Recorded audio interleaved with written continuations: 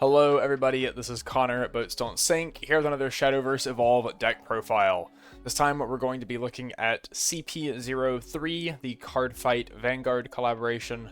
We'll be looking at the Kagero deck, focused around the Dragoncraft cards in the set.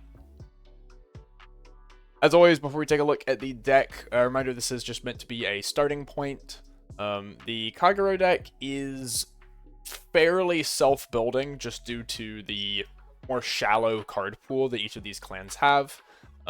Even with a starter deck giving it like 13, I guess not even 13, like 9 extra cards, it still really struggles to have like more than 20 unique playable cards, and we have like 16 of them in this deck, so it really is just like color by numbers for the most part, but there's some quantity differences and a few couple things you can change around to preference or to fit your meta. So mess around with the different options. There are a couple of them, but yeah, this is a pretty solid starting point for what I think is probably the strongest deck in the format right now.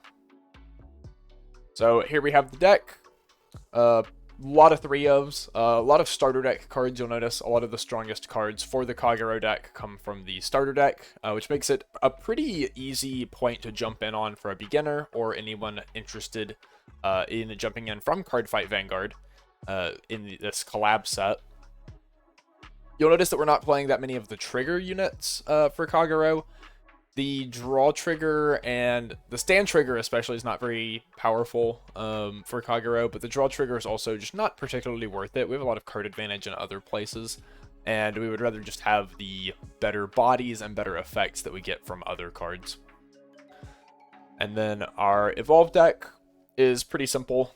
These collab sets tend to have kind of simple Evolve decks, especially Uma Musume and this one, due to the carrots and drive points taking up a lot of our slots. We don't really have that many actual Evolve followers, so 3 Aleph and 2 Draconic Overlord.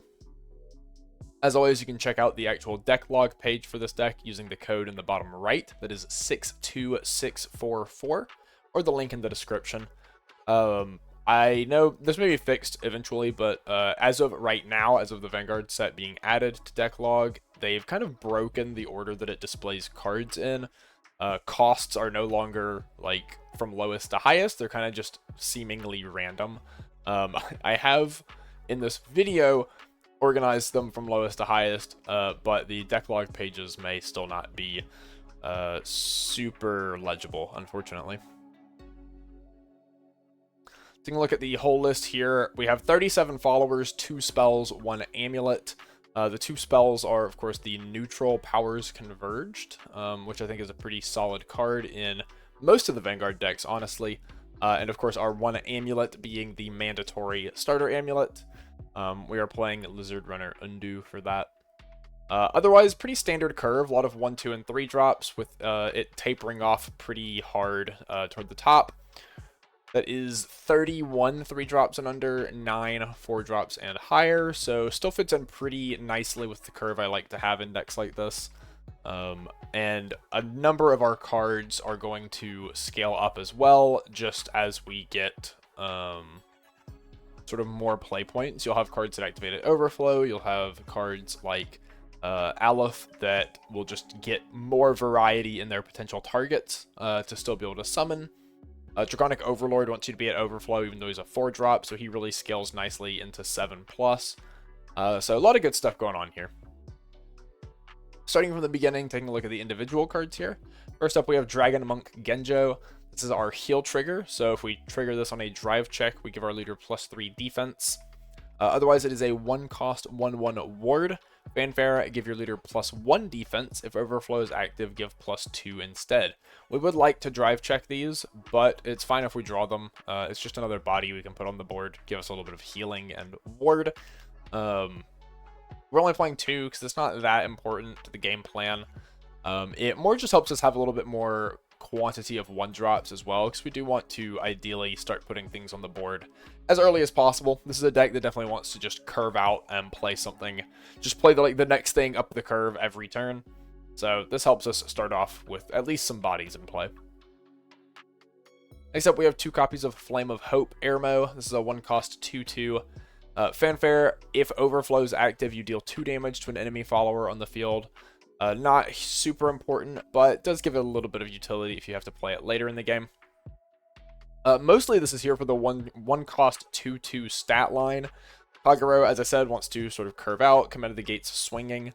If you're able to play this on turn 1 as a 2/2, you can crack your amulet turn 2 and swing for 3 damage right off the bat, which is really strong. So part of the reason we're playing this is just to have a lot of good 1-drops to open. But the other effect is pretty relevant. Kagero has a lot of removal effects tied to it. So once on each turn, each of your turns, when an enemy follower is put from the field into the cemetery, you get to draw a card and discard a card. So you can play this before any of your removal effects to clear off your opponent's board and then get an extra hand filter out of it. Part of that is going to help fuel some of the effects we have where the costs are to banish Kagero cards from our cemetery to make sure we'll always have enough to banish for those, but also just to help us dig through our deck and find our more powerful pieces and put together some of our combo plays that we'll want later in the game. Then we're playing 3 copies of Flame of Promise Airmo, as a 1-cost 2/2 as well. Fanfare, reveal a follower with Overlord in its name from your hand to draw a card. So that can be Dragonic Overlord or Dragonic Overlord the End. So 6 different cards that we can reveal to draw. This makes Flame of Promise Airmo a fantastic opener if we have an Overlord in hand. We get to play our 1-drop 2/2 without expending any hand size. And even later into the game, just anytime you have 1 extra play point, if you can play this and have an Overlord in hand, you just get a free draw, which is really good. Helps you keep up board presence while also keeping up your hand size to just not run out of gas later into the game. So really powerful goblin here. Our last 1-drop is Follower Reyes. This is a 1-cost 1/1. You can ride for 2 play points to give it drive. So that is going to use one of our drive points. On drive, this gets +1/+1. Search your deck for a Kagero follower, reveal it, add it to your hand, then shuffle. This is essentially Maid Leader, except instead of getting an Evolve follower, it gets any Kagero follower. Usually, if we don't have Aleph in hand, we're going to be searching for Aleph. It's just one of our best plays to curve into. Otherwise, if you do have Aleph, sometimes you'll just search a second Aleph anyway because the card's that good. But otherwise, you can search Dragonic Overlord or Burning Horn, whichever one you're missing, to set up your turn 7 plays. Or if you're in a matchup where you think Vortex Dragon might be necessary, you can search him since he's limited to 1 and may be hard to draw otherwise. Moving into our 2-drops, we have Burning Horn Dragon. This is a 2-cost 3/2 rush, super aggressive stat line. Fanfare, if there's a follower with Overlord in its name on your field, give this +2/+2. So again, this can be Dragonic Overlord or Dragonic Overlord the End. This will come up particularly often on turn 7, where you're able to play Dragonic Overlord and Burning Horn Dragon in the same turn, as well as Evolve Dragonic Overlord. So turn 7, you're very likely to get a 5/5 and a 5/4, and you'll be swinging for anywhere from 7 to 9 damage, if not more, on that turn. So turn 7 is a really pivotal turn for this deck, and Burning Horn's a big part of that. And the reason why is the text, whenever a follower on your field performs a drive check, select an enemy leader or enemy follower on the field and deal it 1 damage. Both Dragonic Overlord and Dragonic Overlord the End have Twin Drive and Storm, allowing them to attack immediately and drive check twice. So if Burning Horn is on your board, that is just 2 guaranteed damage that your opponent can't really do anything about. In the case of Dragonic Overlord in particular, playing it on turn 7, if your opponent has an engaged rearguard, you may be able to attack it first and then restand, which is going to give you 2 extra points of burn, since you'll be swinging at their follower and then swinging at their face and twin driving again. It's also good in the earlier turns of the game if you evolve Aleph and get... so it checks top 3, puts any Kagero in your EX area, it costs 3 less to play. If you hit Burning Horn, you can just play it immediately, and if your opponent has an engaged follower, you can swing Aleph at it and Twin Drive, which is going to be, again, immediately 2 burn damage off the Burning Horn, which can just start chipping away at them pretty quick, while you also have put, that's still 7/6 of stats into play, minus whatever your Aleph takes as chip damage. Our next 2-drop is Dragon Knight Nahalem. This is more in line with the typical 2-drop 2/2 Evo followers. So it can ride for 1 play point to get a drive point. On drive, select one enemy follower, up to one enemy follower on the field, deal it 2 damage, and give this +1/+1. Notably, it says up to, so even if they don't have an enemy follower, you still get +1/+1. And then strike, deal 1 damage to each enemy leader. The strike is great for just being extra aggressive. The 2 damage is not particularly meaningful in this format. Unfortunately, there's a lot of like X3s, even 2-drop 2/3s running around. And then 3/3s, stuff like that, that are just not particularly easy to answer with 2 damage effects.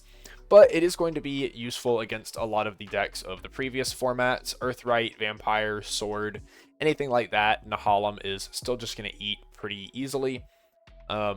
Which kind of is part of the reason that like Kagero is such a powerful deck this format, while a lot of the recent strong decks get pushed out, leaving just kind of Kagero to fight itself, because you'll notice going through here, there's a lot of 3 defense followers.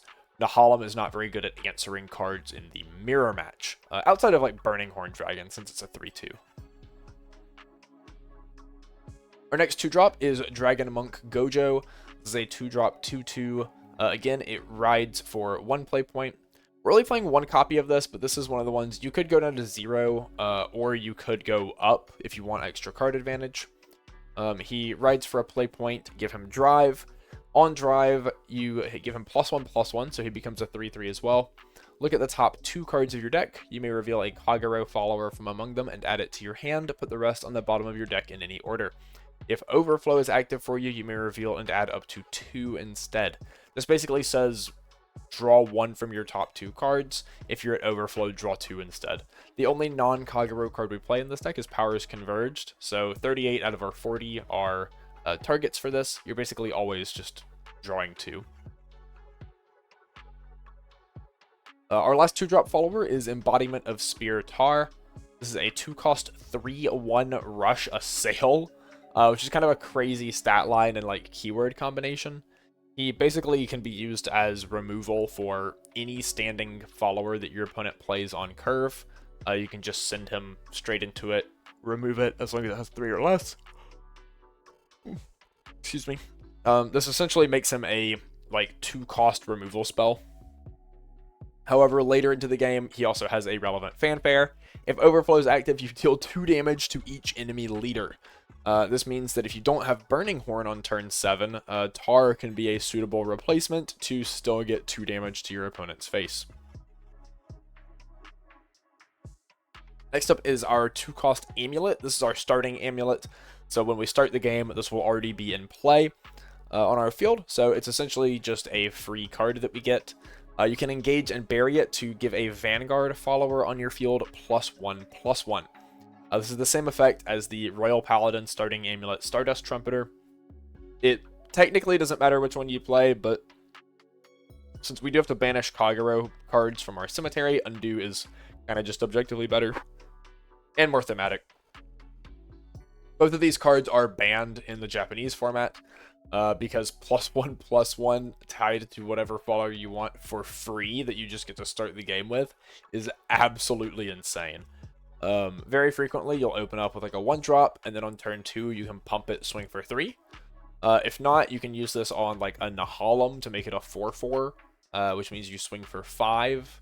I've had games frequently where if I go first, I play a dude on 1, my opponent answers it with like a snipe or something for their turn 1. Turn 2, play Nahalem. Since they use their snipe, they don't have an answer for Nahalem. Turn 3, play a Burning Horn Dragon, drive the Nahalem, make him a 3/3, crack the amulet, make him a 4/4, swing at our opponent. Strike effect deals 1 to them, you drive, so Burning Horn deals 1 to them, and then you hit them for 4. So they're taking like 6+ damage on turn 3, and you have 2 bodies in play. Very aggressive, very fast. Undo not only lets you pump out extra damage, but also makes your followers harder to remove.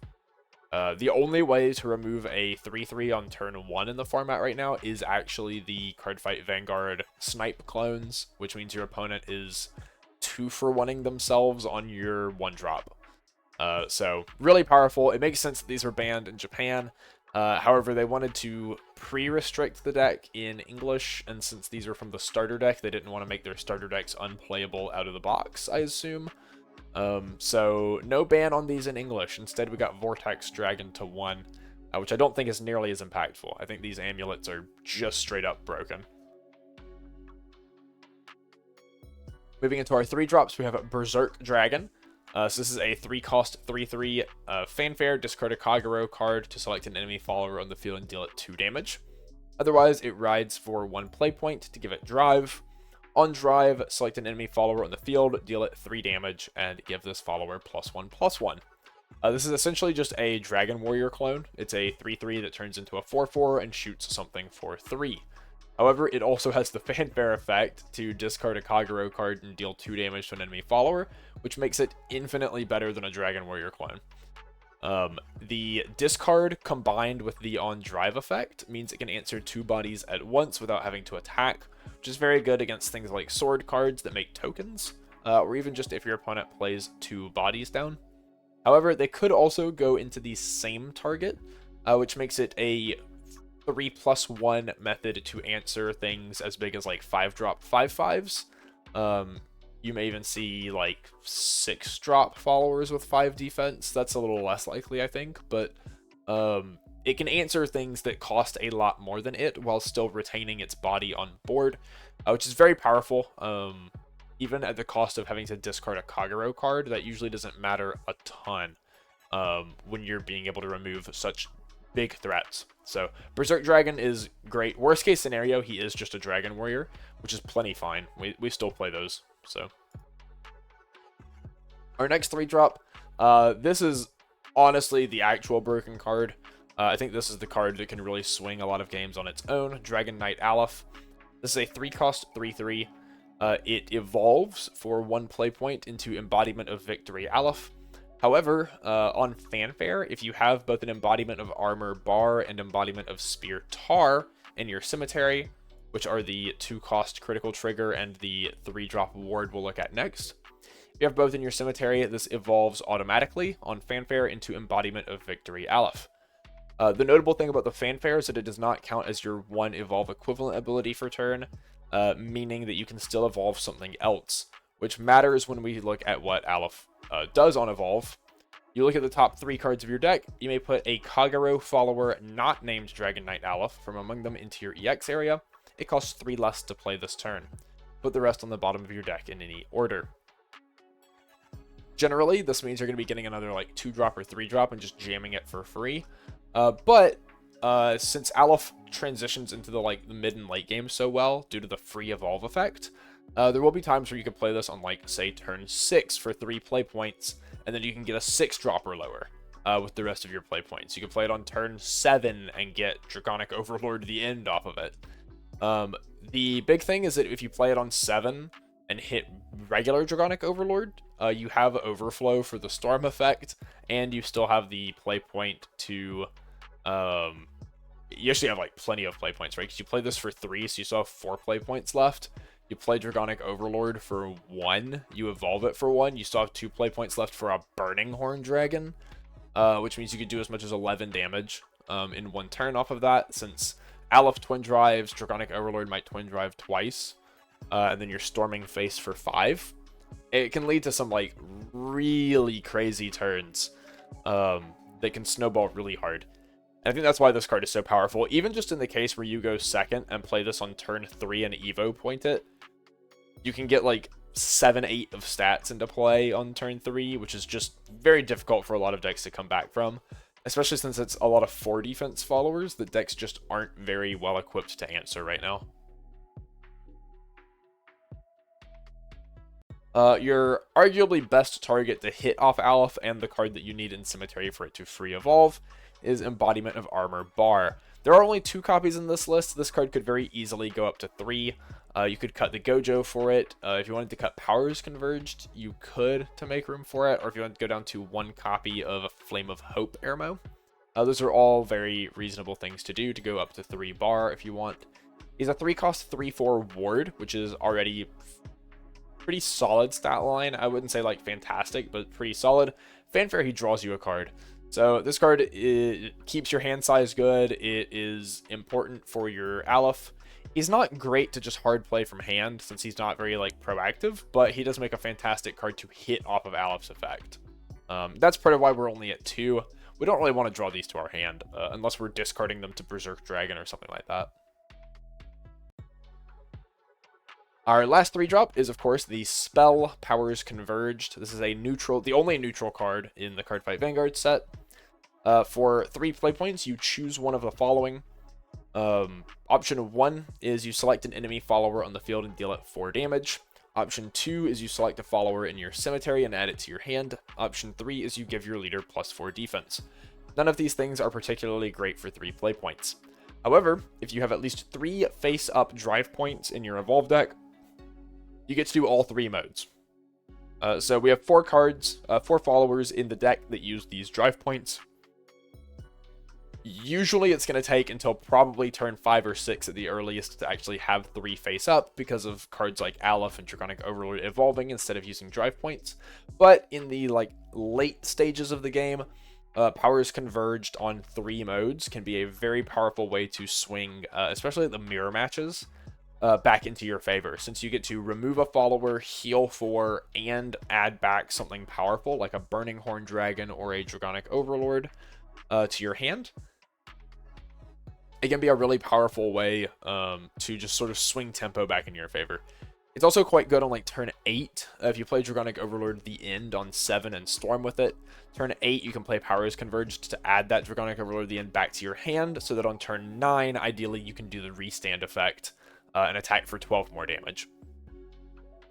Worst case scenario, because this is a 4 damage removal spell, it can answer Evolved Aleph on curve.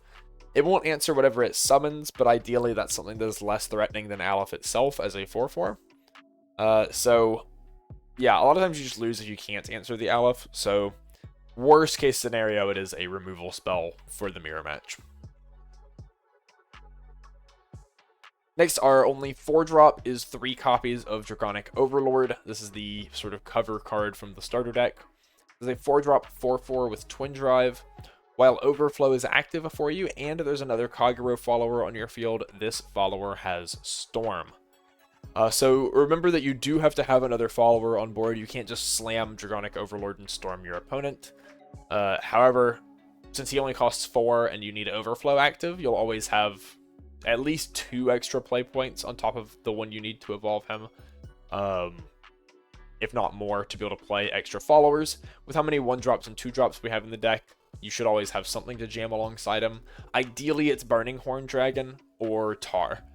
Best case is Burning Horn, second best case is Tar. However, if you don't have those, anything else to give him Storm is good enough. He evolves for 1 play point into a 5/5. On evolve, you deal 5 damage to an enemy follower on the field, which is already kind of crazy for a 4/1. But then if Overflow is active for the rest of the turn, it also gains the ability, once per turn, when this deals combat damage, refresh it. So combat damage is only into an enemy follower. Please take note. I've heard a lot of people confused about this. You can't attack face twice, but you can attack a follower and then restand and then attack your opponent's face, which is what Draconic Overlord did in actual Cardfight Vanguard when he originally came out. He would attack a rear guard and then stand and then attack your opponent's Vanguard. And you're getting drive checks the whole time. And since, we have a fantastic card called Burning Horn Dragon that deals damage to your opponent every time you drive check, it's actually a lot of really powerful synergy for the turn 7 play. Play Draconic Overlord, play your 5/4 Burning Horn, evolve, shoot a dude, swing at a dude, burn your opponent twice, restand, swing straight at your opponent's face, burn them 2 more times. If you hit critical triggers, you are just, all over the place. Lots of damage going on. This card is also, since it has the 5 damage and the ability to attack, and restand after attacking a follower, it makes it really good into wards. A lot of times you'd be playing a ward to stop your opponent from storming you, but it actually ends up to where if you're playing against Kagero, wards are more of a liability than they are protection, because your ward is still going to die, and if your opponent has Burning Horn, you are going to take 2 extra damage because you warded and gave Draconic Overlord a target to attack. You have to keep that in mind. Draconic Overlord is just insanely powerful against wards and engaged followers in general. Sometimes it could be correct to just hold off attacking for a turn if you think it will make your opponent's Draconic Overlord turn slightly worse. Our only 5-drop is 1 copy of Vortex Dragon. This card is restricted to 1 in English, so we can only play 1 in both Cardfight Vanguard and Dragoncraft. This is a 5-cost 6/6 for some reason. Fanfare, banish 3 Kagero cards from your cemetery. Select up to 2 enemy followers on the field and destroy them. Does not matter what they are. You just blow up 2 enemy followers. This is fantastic against very tall threats. It's not great against like wide token shitter boards. But decks your opponent's just playing like 2 big dudes. This is great. This just eats them both and leaves you with a huge 6/6. It's overstatted. Nothing deals 6. A few things deal 6, but not much. Princess Strike deals 6. But oftentimes this Vortex Dragon is like super hard to remove, and you can win games just off of like sticking the Vortex Dragon and swinging for 6 plus whatever storm damage you play on the next turn. So really powerful card. It does make sense that it's restricted to 1, but I don't think it is the most powerful card in the deck. I think Aleph and Undo still swing the deck a little more than Vortex Dragon does. Our replacement, since Japan got to play 3 Vortex Dragon and we don't, our other 2 Vortex Dragon slots are going into Dragon Monk Goku. So this is a 6-drop 5/5, so costs 1 more and it has 1/1 less of stats. It has Ward, and it has Engage, banish 4 Kagero cards from your cemetery, deal 4 damage to each enemy leader and enemy follower on the field. So while Vortex Dragon is very good at answering tall threats, Goku is very good at answering wide threats. Against decks like Sword, if they play Prudent General and make wide boards, or even if they play Monochromatic Duel and make the Magnus plus Hemera plus 2 tokens, Goku clears all of it. Even in the mirror match, this card can be quite good because it clears Aleph boards. Aleph is only a 4/4, nothing he can summon immediately, like for 0, is bigger than 4 defense, unless they buff it with the Amulet. And even a lot of the bigger stuff that he might summon for cheap is not going to appreciate taking 4 damage. So,